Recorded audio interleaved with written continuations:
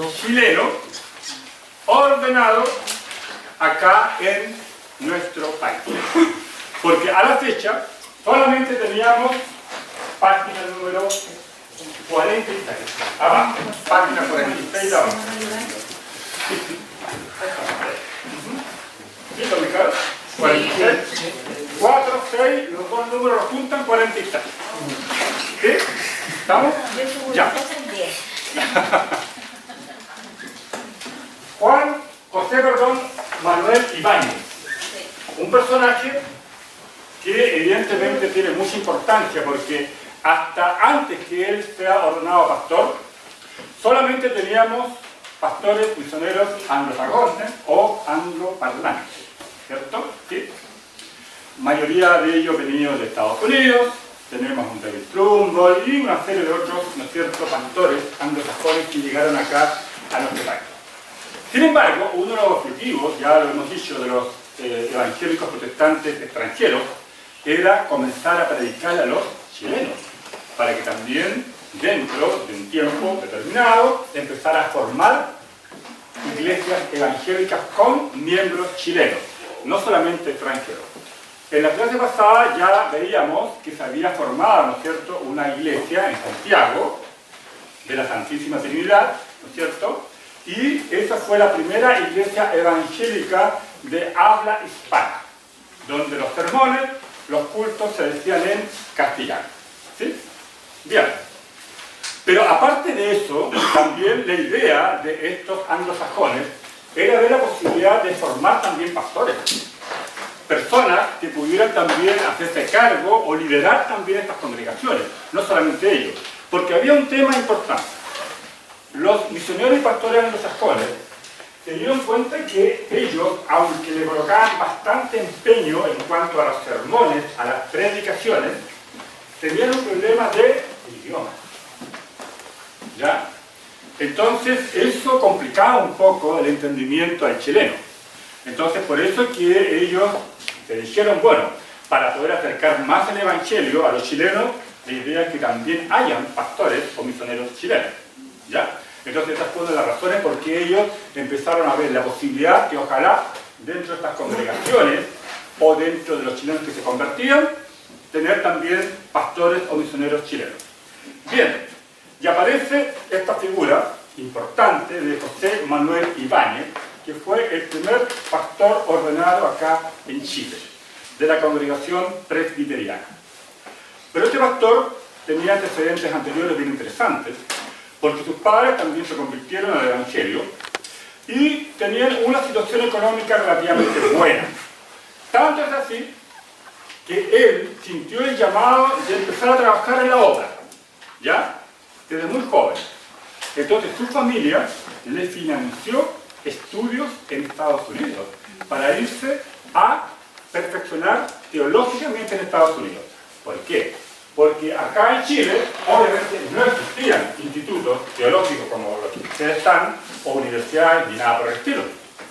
Ya no había centros de estudio, digamos, bíblicos. Nada de eso. Estamos hablando de los incipientes comienzos de la historia evangélica en Chile. Entonces, él se fue a Estados Unidos, a la ciudad de Sacramento, en Estados Unidos. ¿Ya? Y ahí él justamente realizó estudios teológicos. Ciudad de Sacramento, Estados Unidos.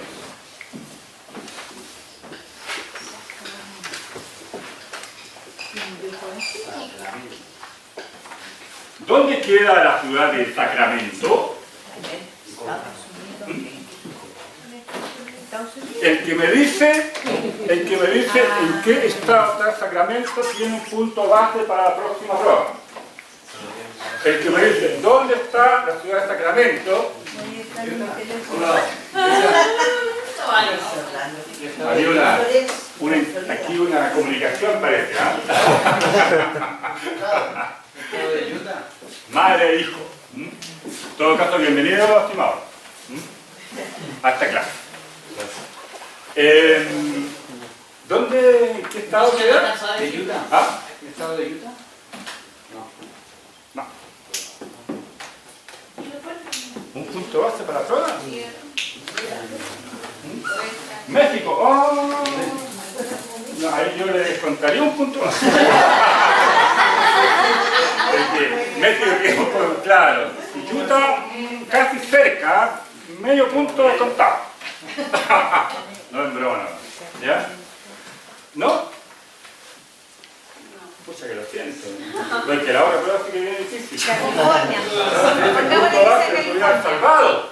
¿Ya? Supongamos que pero a ver, hagamos otro intento, por último, ya, a ver. Pero que nosotros California, entonces. ¿Ah? California. California. ¿Cómo sabe que es California? No sé.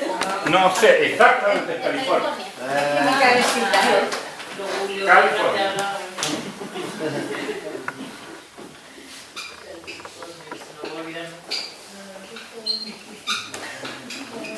Es decir, esto fue un chiripazo, como se dice, ¿cierto? Un chiripazo.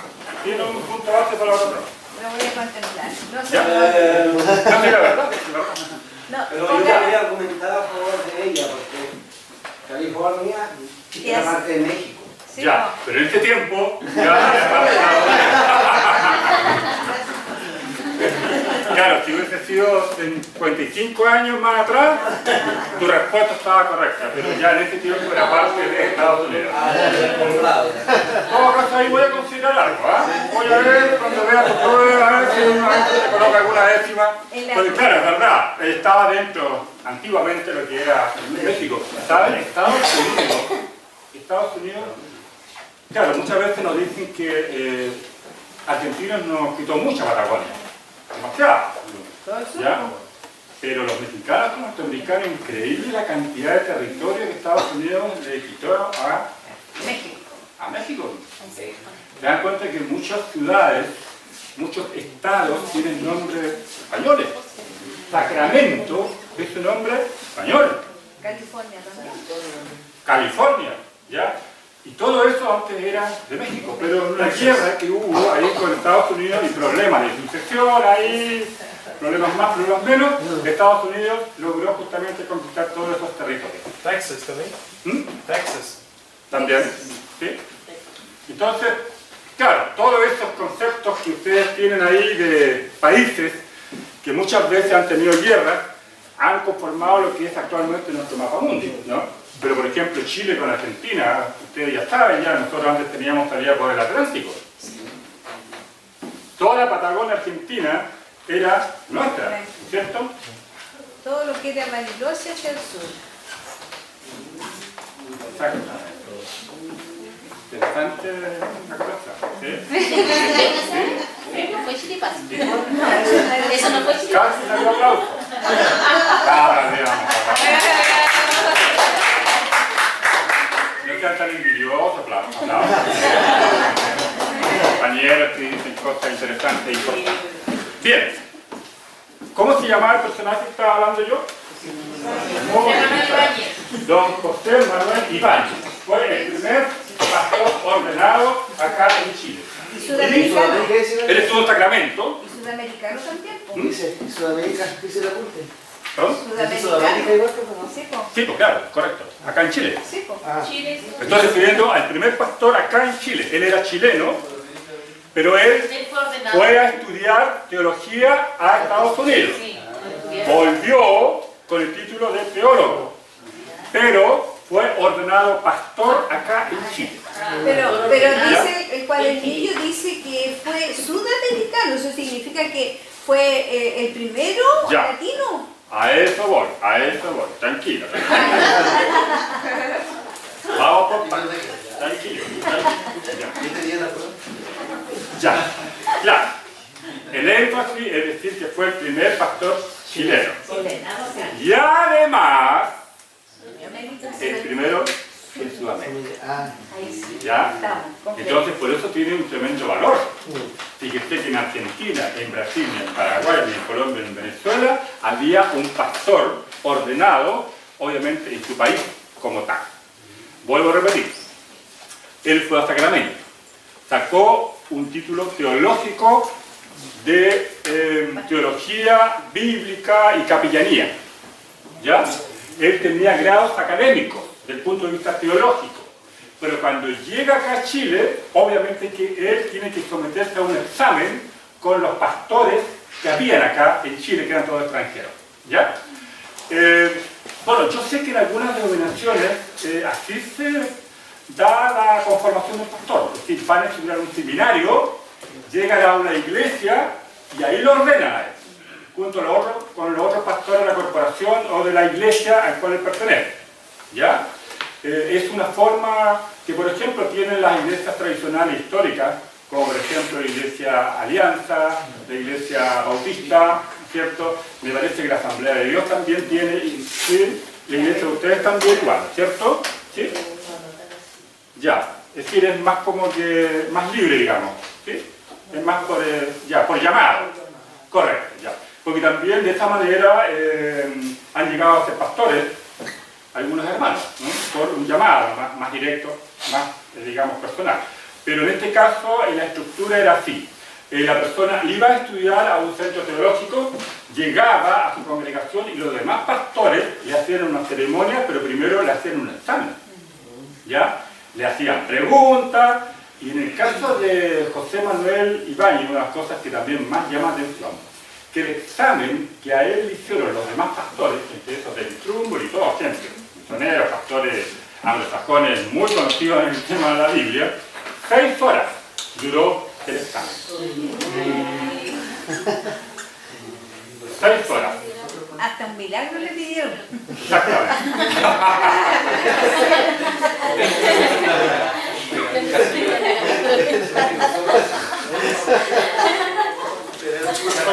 Esta la voy a notar dentro de la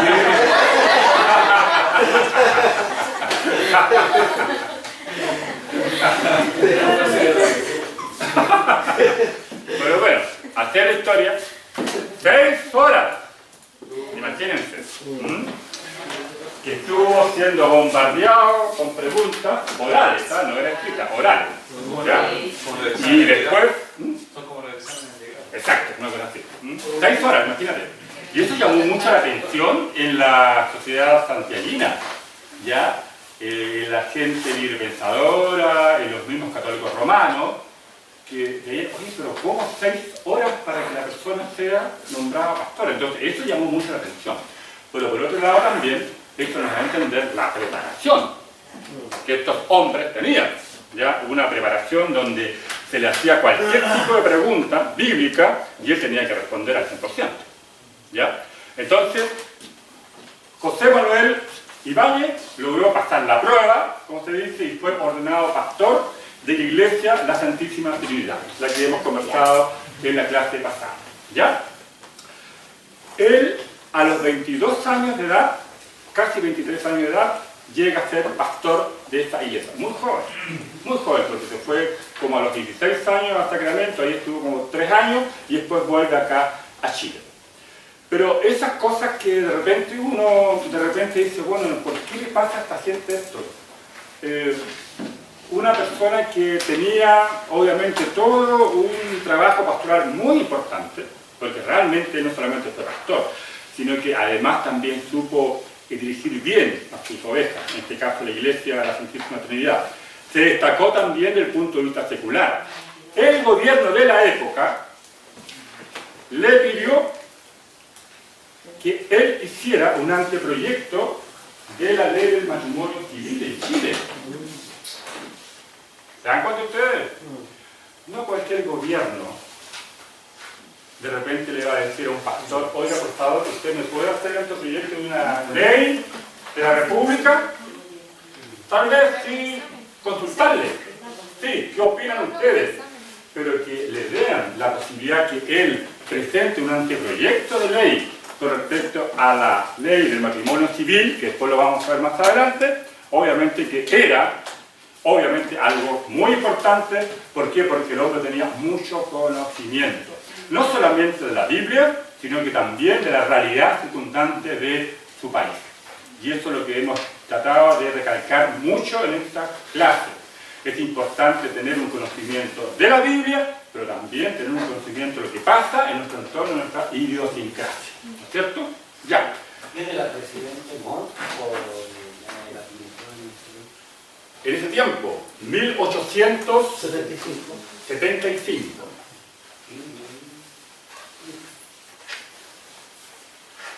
De Rasuris a Pinto. Estaba asumiendo recién Pinto. Claro. Aníbal Pinto. ¿Ya? A él le tocó gran parte después lo que fue la guerra del Pacífico, junto con Domingo Santa María.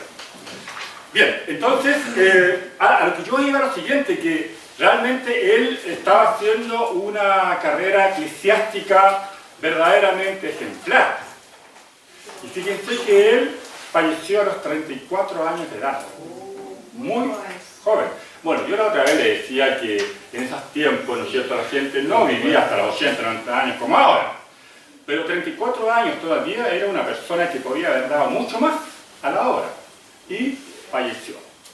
Ahora, según las últimas investigaciones que se han hecho, posiblemente, no está comprobado, pero se están buscando documentos por ahí, posiblemente él murió envenenado.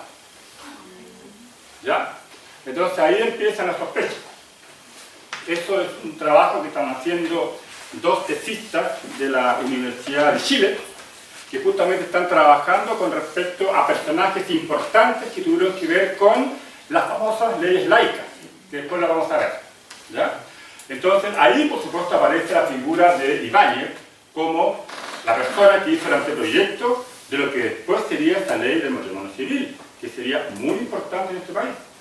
Entonces por eso que es un personaje importante recordar y mencionar, por la trascendencia que tuvo no solamente dentro de su grey, sino que además también la trascendencia que tuvo en el mundo secular. ¿Ya? Ese era el tipo de personajes o de pastores que se movían en ese tiempo en la sociedad chilena del siglo XIX. Eran pocos, pero con una muy buena influencia también a nivel, en este caso, secular. Bien, en el caso de José Manuel Ibáñez, él también fue profesor, incentivó en la Iglesia Santísima Trinidad las escuelas bíblicas dominicales, al cual era director y fue también profesor, porque como todos los anglosajones, siempre le daban importancia a la educación. ¿Ya? Entonces, por eso que un sello distintivo de los evangélicos protestantes en el siglo XIX era, obviamente, la fe cristiana, pero también la educación. ¿Ya? Muchas veces donde había un templo, al lado había una escuela. Tanto en zonas urbanas como también en las zonas rurales. Bien. Sin embargo, hay un punto que muchas veces llama la atención. Porque los evangélicos protestantes crearon colegios, liceos, institutos, liceos de artesanos, para justamente formar personas con oficio. Entonces, la verdad, la cosa es que uno se asombra de la capacidad que tuvieron ellos de crear establecimientos educacionales. Y todo eso también gracias a que tuvieron un aporte de empresarios, muchos de ellos de la línea puritana, que yo les conversaba la clase pasada. Ellos son personas que ganaban dinero porque eran empresarios, pero esos dineros no eran para un beneficio tan personal para ellos, sino para la obra. ¿Ya?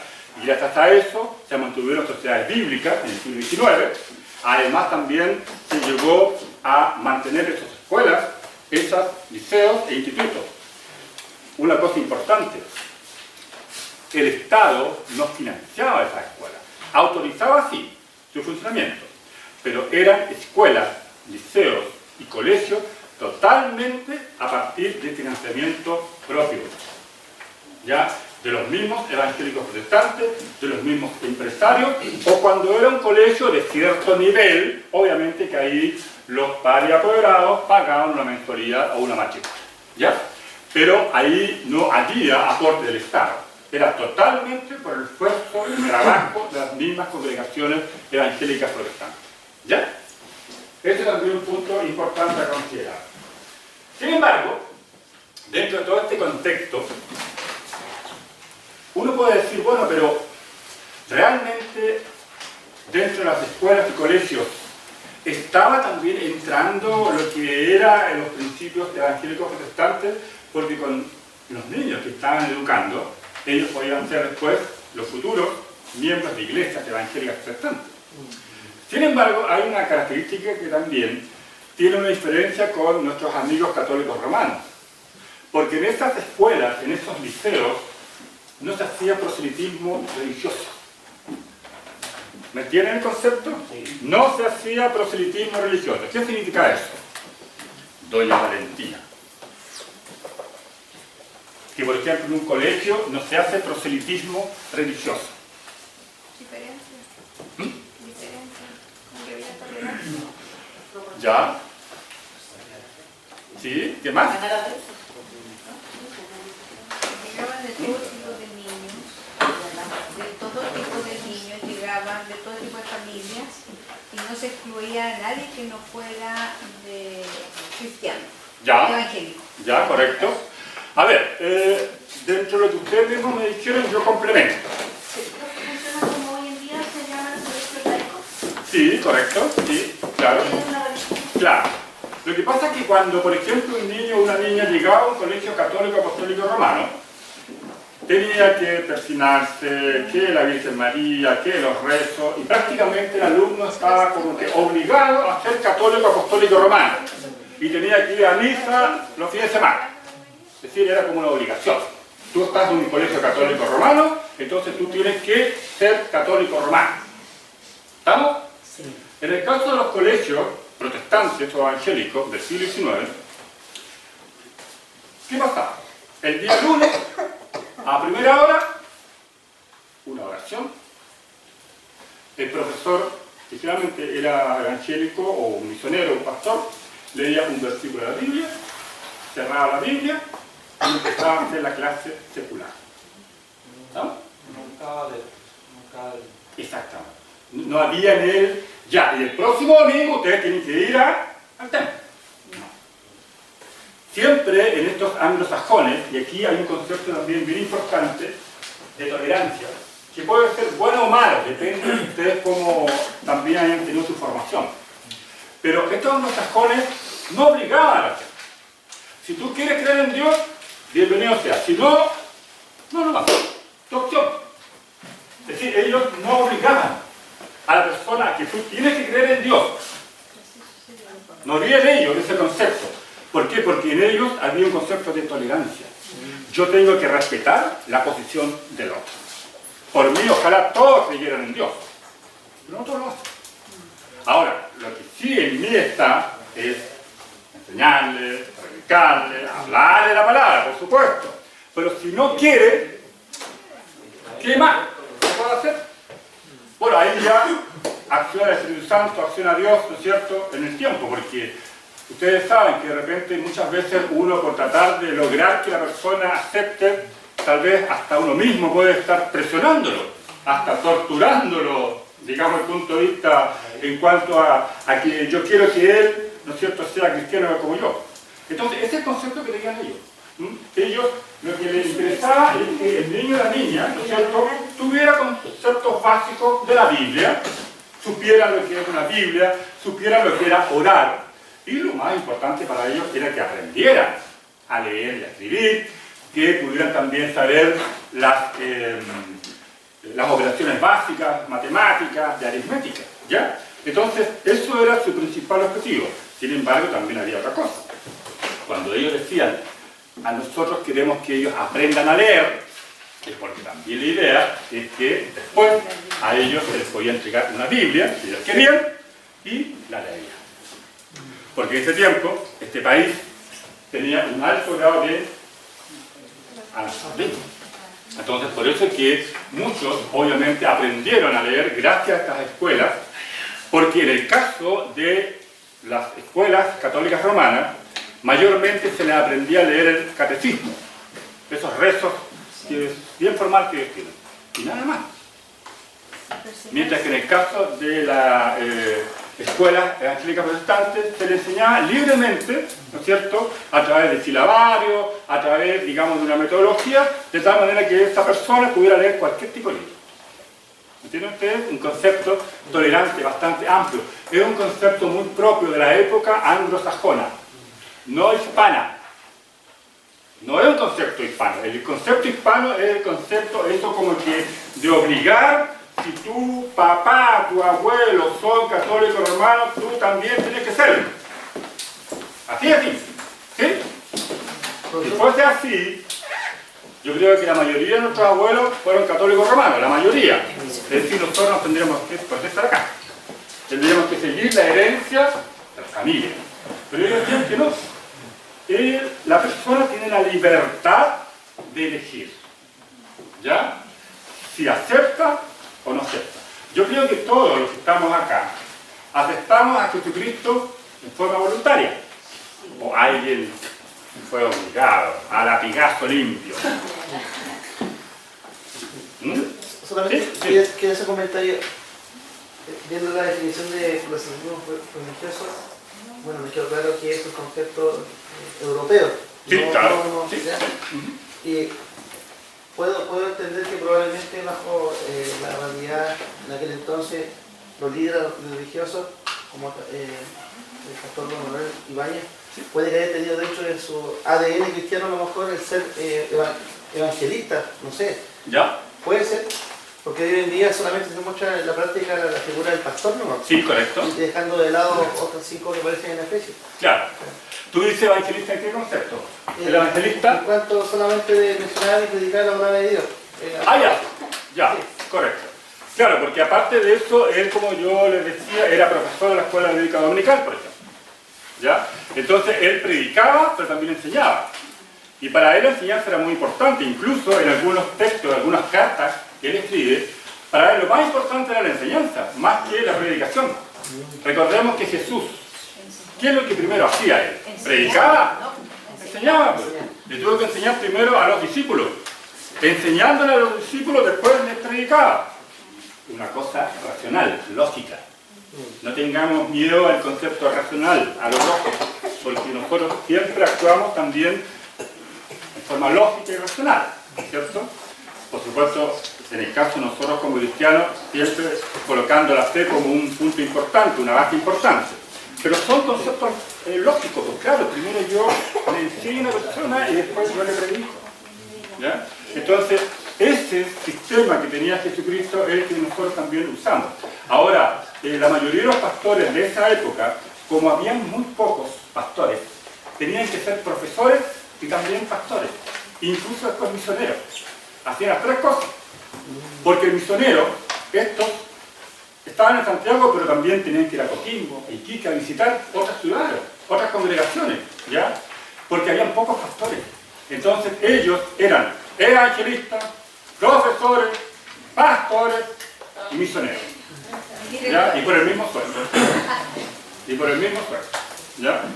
Entonces, en ese sentido, vemos de que ahí hay un compromiso bastante potente de parte de ellos, ¿no es cierto?, de poder abarcar todo el ámbito. ¿Sí, pues? ¿Ya? Bueno, obviamente que es claro que estaban dirigidos por el Espíritu Santo, por eso es que ellos podían hacer eso y abarcar tanto. Y en ambientes difíciles, pues. No era nada fácil decir yo soy evangélico protestante y predicar, ¿no es cierto?, la palabra. Sabemos que la Iglesia Católica Apostólica Romana estaba siempre ahí, encima, ¿no es cierto?, tratando de hostigar a aquellos que empezaban a predicar aquella Biblia fraudulenta. Porque así justamente la Iglesia Católica Apostólica Romana llamaba a las Biblias de los evangélicos. Biblia fraudulenta. Incluso hasta el día de hoy. Ellos dicen que la Biblia de ellos es la pura y santa verdad. Con todos sus libros apócrifos que ustedes conocen. Y nosotros tenemos Biblia fraudulenta. ¿Ya? Aunque ese concepto ha ido mejorando con el tiempo, no todo el mundo católico piensa así ahora, pero en todo caso todavía hay algunos que están en esta misma situación. ¿Ya? Entonces, tenemos estas características propias, ¿no es cierto?, de este primer chileno pastor ordenado acá en nuestro país, que fue el primero en Chile y en Sudamérica, ¿no es cierto? Y de una otra manera él, por supuesto, entregó prácticamente su vida al Evangelio. Su esposa también lo apoyó mucho, pero esas cosas que uno no entiende, ¿no? Tuvieron un hijo, y se les murió. a temprana edad. Así que él no dejó descendencia. Entonces, muchas veces uno dice un hombre que dio todo por el Evangelio, tiene esa situación sufriente para un padre perder a su hijo, su único hijo, y después muere a los 34 años, obviamente que claro, uno dice, ¿por qué le pasó esto? ¿No? Uno podría pensar, ojalá podría haber vivido muchos años más, como por ejemplo David Trumbull, que vivió hasta los 89 años de edad.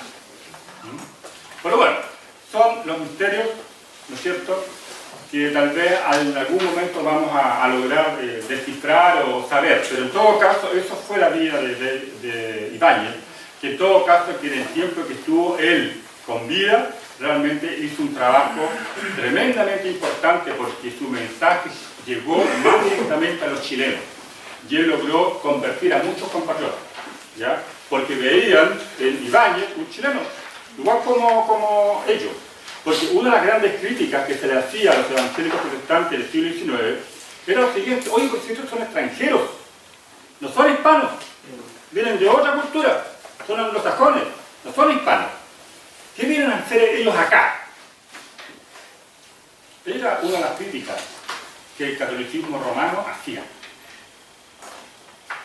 ¿Y cómo ustedes responderían? ¿Sí o no a este comentario que yo hice? Era gente de otra cultura. No eran hispanos como nosotros. Que se vayan a su tierra. ¿Mm? Que se vayan. No eran chilenos.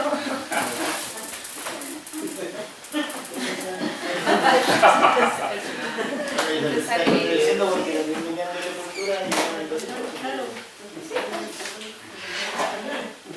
Pero ¿qué ejemplo de la historia bíblica nosotros tenemos para responderle a ellos? ¿A eso ejemplo? Ser profeta. ¿Ya? evangelizar a todas las naciones. Correcto. Por ejemplo, Pablo, el apóstol Pablo, era judío. Entonces un gentil perfectamente le podría haber dicho, bueno, ¿y qué tú te metes con nosotros los gentiles si tú eres judío? Es decir, hay muchos ejemplos que dan a entender que muchas veces el Evangelio ha llegado por extranjeros, por gente foránea. Y como tú bien dices, claro, porque la Biblia así señala. El Evangelio acá en Chile llegó gracias a los anglosajones. Le guste o no le guste a algunos. Yo sé que hay gente que rechaza todo lo que es los anglosajones. Bueno, correcto. Hay que respetar. Se los respeto. Pero esa es la historia. Y yo no puedo falsear esa historia. No puedo hablar que fueron africanos o chinos que llegaron acá. Son anglosajones. Ya ellos fueron los que trajeron el Evangelio acá a nuestro país. Entonces, tenemos a estos anglosajones ya en un trabajo muy interesante a nivel de la educación. Pero lo que a uno, obviamente, de repente como que le llama la atención, pero ¿por qué no incluyeron mucho más, ¿no es cierto?, a nivel de las escuelas? La respuesta está, ellos no hicieron proselitismo. ¿Qué hubiera pasado, por ejemplo, si ellos realmente hubieran hecho proselitismo? Posiblemente hubiéramos tenido más evangélicos en el siglo XIX. ¿Pregunta? Hubieran tenido mucho más ataques de la contraparte. Sí. Ya, correcto. Correcto, sí. Entonces siempre es un dilema, ¿eh? Por ejemplo, muchas veces cuando vamos al año 2019, cuando las iglesias realizan acciones sociales de ayuda de misericordia a personas, se va a una población, a un campamento, a dejar comida, ropa. Entonces, y se hace un trabajo permanente con los niños de la población, del campamento, y muchas veces sucede que pasan años y no hay ningún compartido de ellos. Entonces, inmediatamente aparecen algunos hermanos, obviamente en el buen sentido de la palabra, ¿no?, criticando. Bueno, ¿y para qué seguir dando? Entonces, aparece la típica frase, es que esta gente está interesada en puros peces y panes. ¿Sí? ¿Han escuchado este término, no? Eso es por los puros peces y panes. Pero no están preocupados por la parte espiritual. ¿Es así o no? Pasa. ¿Sí? Claro. Entonces, los hermanos de la fe se incentivan. Solo esta gente viene por pura cosa material, que le ayuden. Pero cuando yo quiero hablar de la parte espiritual, pasa, ¿no? En la realidad, 2019. Bueno, eso un poco también era lo que tenían los anglosajones del siglo XIX. Ellos ayudaron, pero aquí ellos aplicaban lo que es la ayuda cristiana, que es muy distinto a la ayuda secular. No nos olvidemos, estimados alumnos y alumnas, nosotros somos cristianos. Sí, porque algunas veces hasta yo me olvido. ¿Saben por qué? Porque Jesús, o Cristo, Él entregó todo sin recibir nada a cambio. ¿O Él recibía algo a cambio? ¿Se dan cuenta ustedes? La ayuda secular es cuando yo doy algo, pero recibo. ¿Sí? Muchas veces ese es el tipo de ayuda secular. No siempre, pero eso es. Pero la ayuda cristiana es distinta. Yo puedo dar, pero sin esperar nada a cambio. Y Jesús yo creo que nos da el mejor ejemplo de eso. De todos los milagros que hizo Jesús, ¿cuántas personas le agradecieron? Gracias Jesús por haberme salvado, porque yo antes era cojo, era paralítico, no tenía vista. ¿Cuántas personas le fueron a agradecer a Jesús? Uno. Sí. Claro. Era uno. Y fue solamente uno el que él hizo milagros. Mucho. Incluso algunos ni siquiera aparecen en la Biblia. A uno. Entonces, por eso es que también nosotros, en este sentido, tenemos que tener claro este concepto.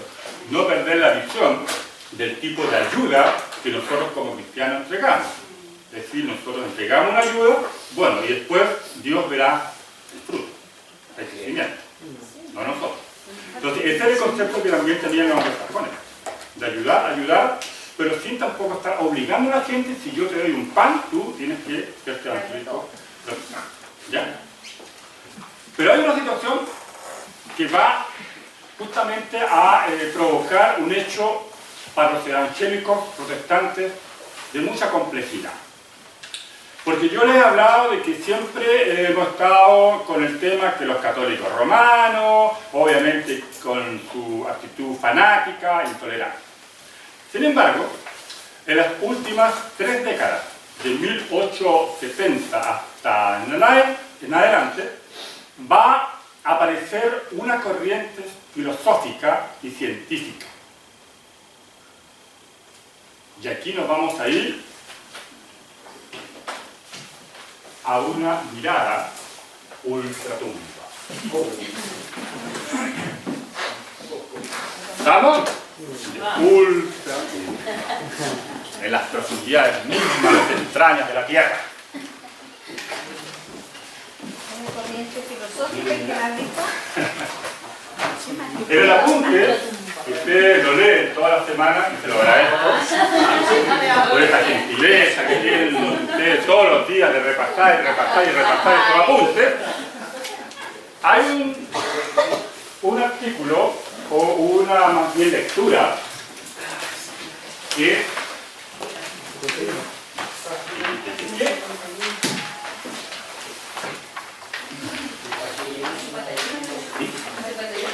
exactamente, en la página 51, muchas gracias. La página 51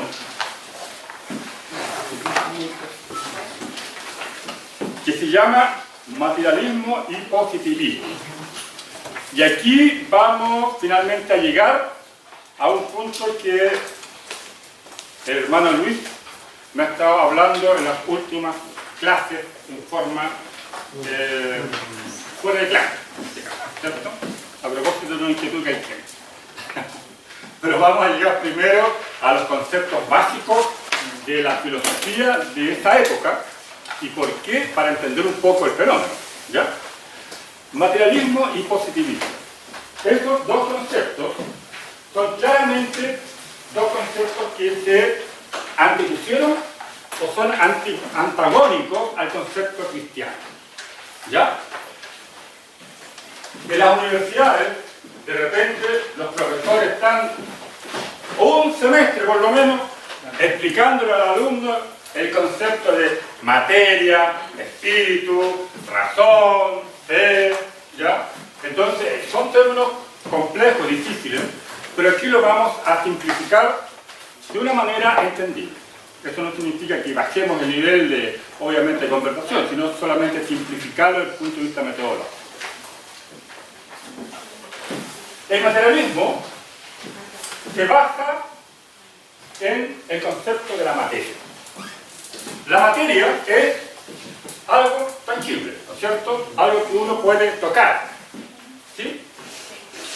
Y en el caso del espíritu es algo intangible, que ya pasa a ser como algo metafísico, algo que está en el aire, que uno sabe que está el aire aquí, pero no lo palpa. Es por eso que en una oportunidad un pastor decía que Dios es como el aire. Linda reflexión. Dios es como el aire. Sabemos que está aquí, pero no lo vemos. Es como el aire. Nosotros, si no tuviésemos aire, quedaríamos todos morados. Arrancaríamos aquí buscando un lugar de aire, ¿sí? Dios justamente es así. Dios es como el aire. Está en todas partes, pero no lo vemos de la forma tangible, ¿ya? Entonces, la materia es todo lo tangible. ¿Y qué pasó en ese tiempo? Empieza a haber una fuerte corriente materialista donde van a estar vinculados librepensadores, ateos y agnósticos, que estaban en contra de esa figura de Dios. Porque ellos decían, ver para creer. Tú dime algo, pero tú me lo tienes que comprobar. Yo no te voy a creer que tú me digas, mira lo que pasa, que por fe. No, ellos todo lo quieren comprobar. Algo tangible, ¿ya? Y de ahí también es que los materialistas van a ligar a esta fase. Positivismo. ¿Qué significa el positivismo? Esa es una corriente científica que dice que para que yo pueda llegar a una verdad, tengo que experimentar. ¿Sí? Y si ustedes se dan cuenta, las ciencias naturales y muchas ciencias de esa área, ellos experimentan, ¿cierto? Ven una tendencia, y cuando ellos comprueban una tendencia, ahí se forma una teoría. Pero recuerden que la teoría es una verdad relativa, porque puede ser verdad hoy día, mentira para mañana. ¿Es parecido al empirismo, no? ¿Ah? ¿Es parecido al empirismo entonces? Sí, por allá va, por allá va. Entonces, el positivismo usa todos los elementos de las ciencias naturales, pero no solamente, y aquí está el punto, no solamente para explicar fenómenos naturales, sino también los positivistas empezaron a decir, pero también nosotros podemos explicar fenómenos humanos. En otras palabras, es como en el tubo de ensayo, vamos a colocar al ser humano, y ahí lo vamos a observar. ¿Entienden ustedes? Imposible. Porque el ser humano es muy voluble. Algunas veces sí, otras veces no. Un día estamos contentos, otros días estamos enojados. Como medios bipolares. ¿Ah? Entonces, es difícil estudiar al ser humano. Sí uno puede estudiar fenómenos naturales, porque son situaciones tangibles y permanentes.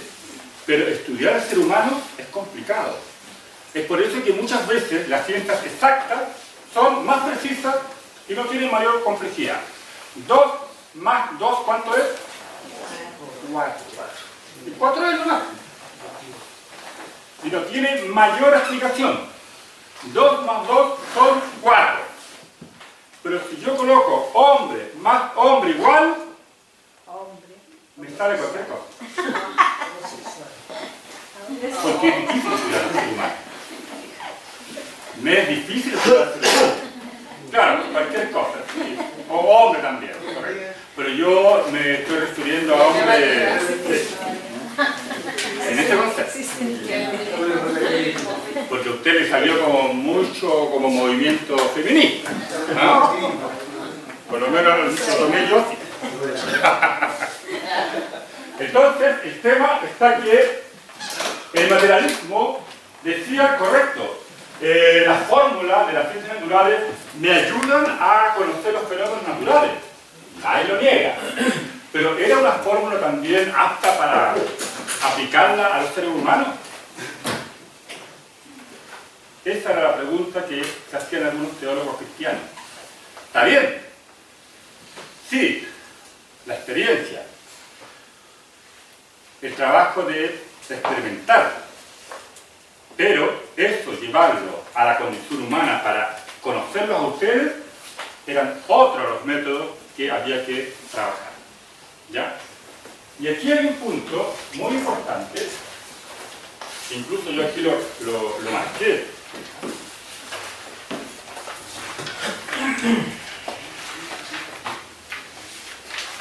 Está en la página 55, en el último párrafo.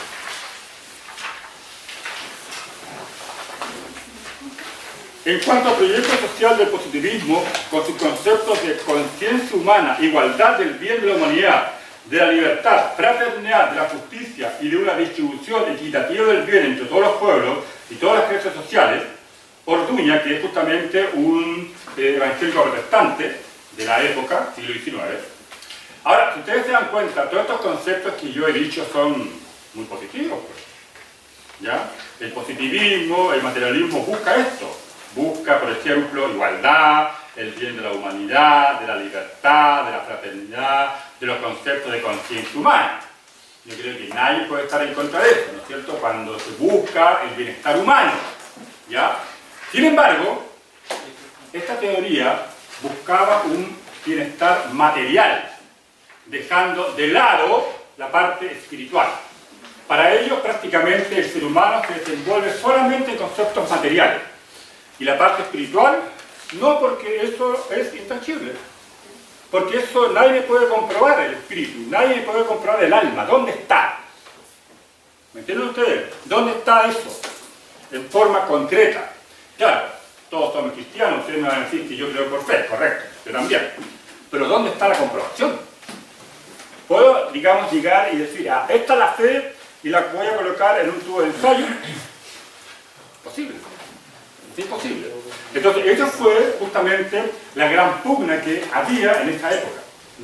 Entonces, los cristianos decían de que el espíritu es algo intangible, algo que evidentemente es parte del espíritu y del alma de la persona. ¿Ya? Y esas cosas no se pueden medir. Yo no puedo medir científicamente la fe ni tampoco el alma, porque es parte de el ADN del espíritu de cada persona. Entonces, ¿qué pasa? Había un concepto material y también un concepto espiritual. Y eso los positivistas lo rechazaban, la parte espiritual. Eso como que no existe. ¿Ya? Yo, obviamente, acciono a partir de cosas que veo, que compruebo. No cosas así inanimadas, cosas de fe, que posiblemente... No, yo quiero comprobaciones. Porque si ustedes se dan cuenta, las metodologías científicas buscan eso, comprobar. Y a partir de ahí aparece la hipótesis y después la teoría, ¿no es cierto? Porque ahí hay una diferencia entre hipótesis y teoría, ¿no es cierto? La hipótesis, ¿qué cosa sería? El presupuesto de que voy a encontrar. Correcto, un supuesto, ¿no es cierto? Para buscar una verdad. Y cuando yo logro buscar esa verdad y la compruebo, se me convierte en una teoría. Pero la teoría también es relativa. Sí, porque como hoy día tenemos la teoría de la relatividad, puede ser que en 50 años más, tal vez eso sea una gran mentira, que nunca existió. Pero para nosotros sí es una verdad ahora. ¿Ya? Sigo leyendo. ¿De dónde provienen todas estas ideas? Grandes eslogans de los positivistas. ¿Es acaso estudiando la materia, la cual es inconsciencia y no tiene libertad de acción propia, que se ha venido a llegar a la noción de justicia humana y divina, que se ha venido a creer que el hombre es un alma libre y responsable, delante de los demás hombres y delante de Dios? ¿Es así como ha venido a formarse la conciencia? No, la conciencia no es materia, sino es un principio moral. Es decir, la conciencia no es algo tangible. ¿Qué es conciencia para usted?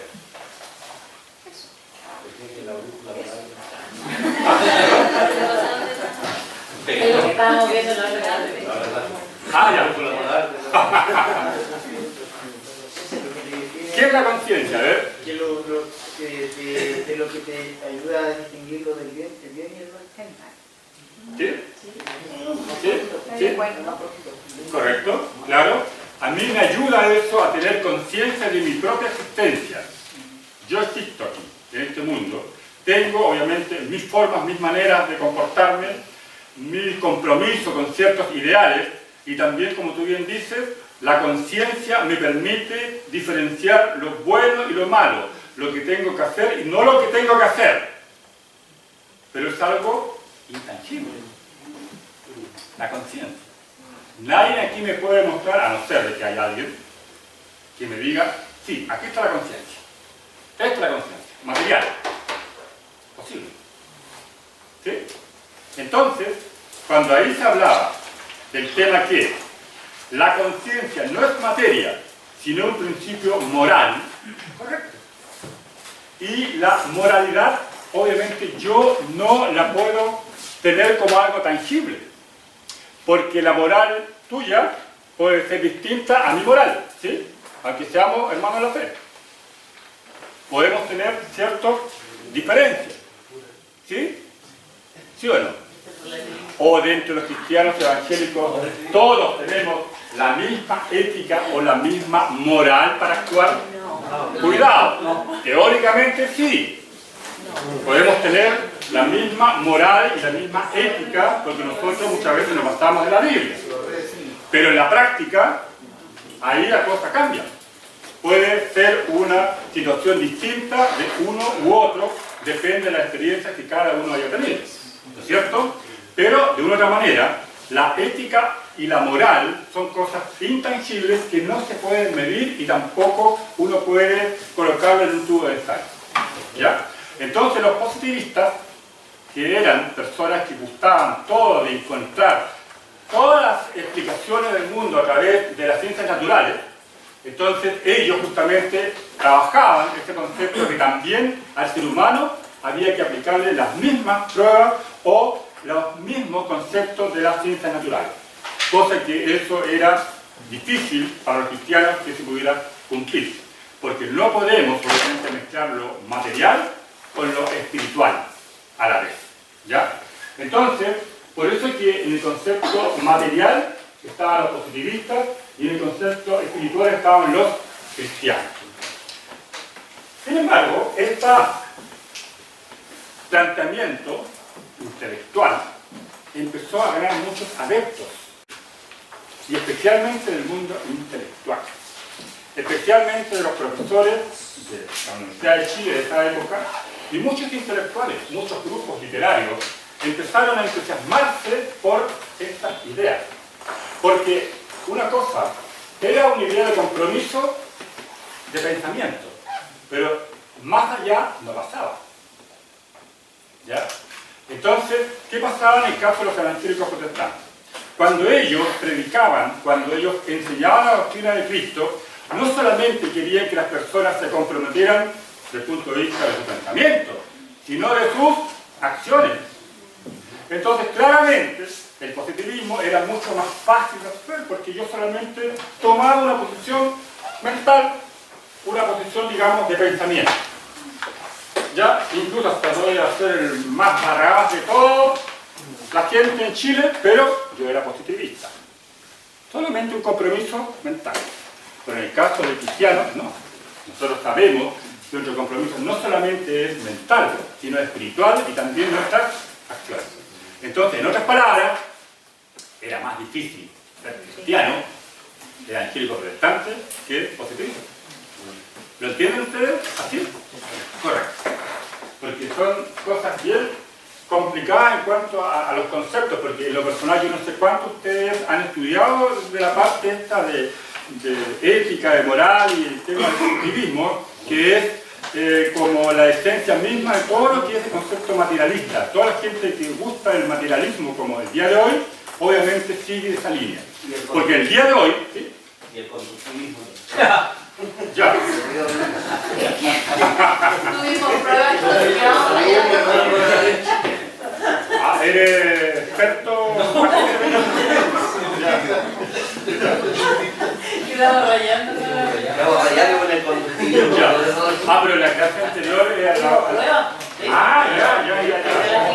Y a propósito de esa... Relativismo cultural. Ya, a propósito de ese pensamiento, ¿qué es lo que ustedes entienden del conductivismo? A ver.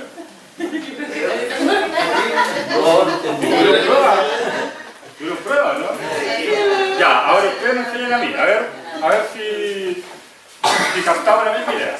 ¿Qué es? Todo lo que sabe el ser humano, todo lo que hace el ser humano tiene una razón y viene desde una construcción social desde antes. Por ejemplo, esa persona fue un hombre es heterosexual solamente porque la sociedad te enseñó a ser heterosexual. Ah, ya. Entonces, rompiendo el concepto Determinismo. puede volver a construir otra persona. Claro.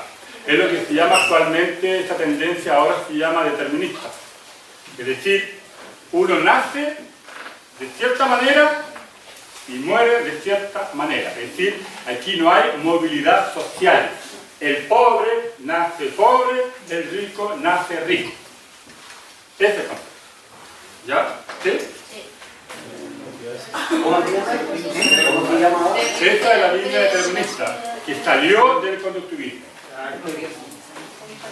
Es la línea más moderna de nuestros tiempos. Porque más o menos en ese concepto se le enseñó a ustedes, ¿no? No. No, que no es una definición más que... ¿Ya? Era definición. La definición. ¿Pero cuál es la definición que ustedes tienen? La definición que decía el texto era que el conductismo no hablaba de conductismo práctico. Como habló, ya, teórico, ya. decía que las personas rigen sus actos por la influencia del ambiente, Ah, por lo ya. tanto no tienen culpabilidad frente a sus actos. Ah, correcto. Entonces, desligar el concepto evangélico y del hombre somos responsables frente a... Ya, correcto, claro. Y ahí hay una dicotomía, claramente, ya, correcto. Desde el punto de vista teórico, claro. Ahí vemos de que incluso esta línea se da mucho actualmente, ¿no? Incluso hay algunas escuelas de psicología que practican mucho ese concepto. Mucho este concepto. Si él es malo, ¿qué se le va a hacer? Pues si al final él vivió en un barrio donde había problemas, drogadicción, alcohol, ¿qué se le va a hacer? Entonces algunas veces, yo no sé si aquí hay algún psicólogo, pero con todo respeto que me merecen los psicólogos, pero son tan permisivos, ellos siempre encuentran alguna respuesta, ¿ya? Y son muy permisivos porque ellos dicen, bueno, si él es drogadicto, él es alcohólico, bueno, hay que estudiar su ambiente externo. Y cuando empiezan a estudiar el ambiente externo, claro, su familia, todos buenos entonces, pobrecito él. Entonces ya salió con los ADN así. Entonces, por eso mismo, a propósito de lo que tú dices, esto es lo que en este momento se llama como determinismo social. Determinismo social, es decir, el aspecto externo te determina a ti como eres. Y si tú me dices, oye, fíjate que yo soy de tal manera, entonces yo hago un estudio de tu entorno, ¿no es cierto? Y si yo veo que en tu entorno hay esos trastornos, entonces digo, ah, ya, por eso tú eres así. Pero muchas veces se queda en eso, ¿no? No hay, ¿no es cierto?, un diagnóstico más allá para poder superar o recuperarse de esa situación. Entonces, por eso que se llama, también hay una línea que es el determinismo social, que la persona está determinada según la influencia social que haya tenido. Por eso que yo le decía, si la persona nace en un ambiente pobre, tendría que morir pobre. Pero aquí hay un punto importante, y eso también los anglosajones del siglo XIX decían, un concepto, el movilismo social. Movilismo social. Yo soy pobre, pero también puedo lograr. Yo creo que nuestros padres todos esperaban, ¿no es cierto?, esperan que nosotros seamos más que ellos. ¿Sí? Se ha dado mucho, digamos, a nivel de la iglesia evangélica, que los padres oraban para que sus hijos sean profesionales, vayan a la universidad, porque ellos no habían tenido la oportunidad de hacerlo. Y las generaciones del año 90, 2000, sí, las generaciones de jóvenes evangélicos accedieron a la universidad. Y ahora en nuestras iglesias tenemos muchos profesionales, pero también hay muchos otros que no están en la iglesia. Muchos profesionales que no están. Porque ellos, obviamente, posiblemente, no sé qué tipo de formación habrán recibido, pero de cierta manera como que encuentran de más. Aquí está. Porque por lo menos la parte de necesidad económica la tienen cubierta. Entonces, espero escuchar a padres y madres evangélicos protestantes que oraban, se esforzaron económicamente para que sus hijos fuesen profesionales, ¿cierto? Que sea una bendición que Dios le está dando a su familia. Y fueron profesionales, y ahora no quiero generalizar, pero eso no es la realidad. Entonces, en todo caso, viéndolo desde el punto de vista más positivo, la movilidad social permite justamente eso, y eso que también querían los anglosajones. Cuando en las escuelas iban justamente estos niños pobres, la idea era que ellos recibieran educación, que saber leer y escribir. ¿Para qué? Para después tener un oficio y sean económicamente mucho mejor en su estatus social que sus padres. ¿Ya? Bien. Vamos casi en la hora. ¿Alguna consulta, pregunta? Después vamos a seguir trabajando este tema, ¿ya? Y después vamos a llegar a lo que el hermano Luis quiere. No se pierdan la próxima clase. Ya, pero antes que se vayan...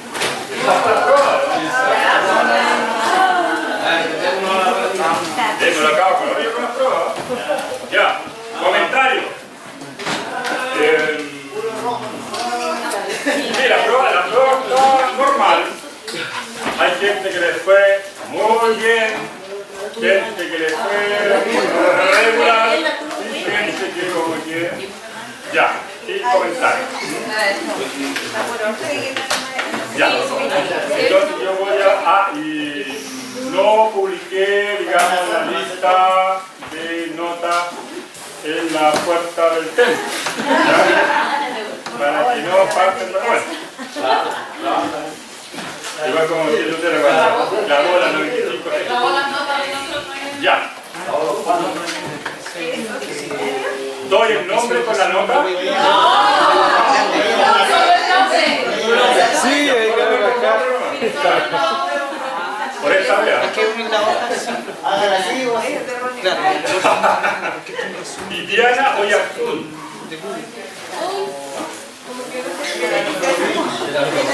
Las notas están revueltas. Por ejemplo, las primeras notas sean los que les fue bien. Para colocarle más emoción a la cosa, puede salir una nota azul, después una nota roja. Nicolás Luis. Tampoco, al agua. Ana Maribel Barría Mantilla. Ya.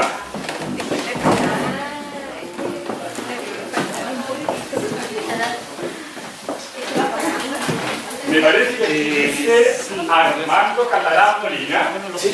Ah, ya. Mi general. Pero no haberme equivocado. Pero no haberme equivocado. Tal vez me equivoqué, no sé.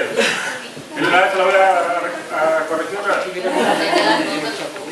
Don Reinaldo Mora Arroyo. Se lo entrego a usted o a su hijo.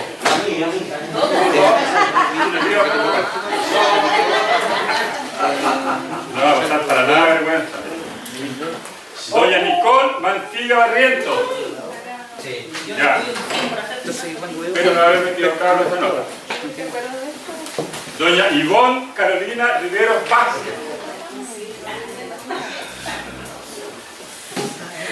Doña Valentina Belén Cid Rodríguez. Leí como 3 veces su prueba. Hay una letra muy... doña Odette García Yáñez.